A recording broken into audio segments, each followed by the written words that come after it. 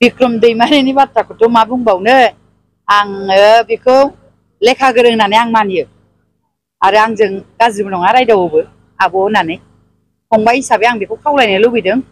माने राकेश ब्रह्मनि जे अमा राननाय बेखौ जे बिथाङा फल्स बाथ्रा बुंबाय आं बेखौ खावलायनो लुबैदों फंबाय बिथाङा लेखा गोरों गथ' हिसाबै जानला मेला दा बुं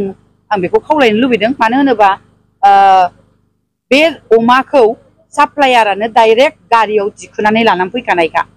आरो दाखालिबो आङो नैबे 13 नम्बर समस्तियाव रानदों डाइरेक्ट बिथांमोना साप्लायारानो लानानै फैदों बेखौ राकेश ब्रह्मआ बाया मालाय साप्लायारासो बायो बेलाय इएमआ बहानि अमा बायनांगौ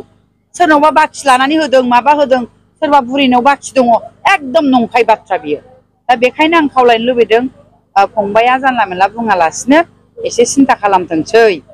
दाना गिदिर गिदिर लिडारफ्रा गावसिना बिपिएफ ना फैजोबबाय दालाय मानो दाख्लै नमिनेसनावबो जोंना आदा खाम्फाया मानो थाफायाखै बेफोरखौ एसे नोजोर होबानो जायोना गोबां लिडारफ्रानो गैयामोन ना मानो फैदिया बेखौबो एसे साननानै नायथों दा ओंखायनो खावलायनो नागिरदों जोंहा मानगोनां बारग' मन्त्रि चन्दन ब्रह्म बिथांखौबो फल्स रावै दाखालि फैफिननो हासिगौ होननानै आब' प्रमिलाया बुंलायबाय आं आब'खौबो खावलायनो लुबैदों मानो होनबा जों क्लास 5 बा आब'आ लिडारखामोन ओमफ्राय आब'आ माने लेखा गोरों मानसि एमएलए जालांबाय मन्त्रि जालांबाय गोबां खामानि मावलांबाय बर' आइजो हिसाबै जों बेखौ बिराद बाख्नायो सनमान होयो नाथाय नंखाय बाथ्राखौ दा बुंथों आब'आ माने चन्दन ब्रह्म सारा माब्लाबाबो इउपिपिएलनिफ्राय थांफिननाय बाथ्रायानो गैया मानो होनबा बिथांनि खुगानिफ्राय बिथाङा बुंगासिनो दङ जे आं माब्लाबाबो थांफिननायखौ सिन्था खालामाखै होननानै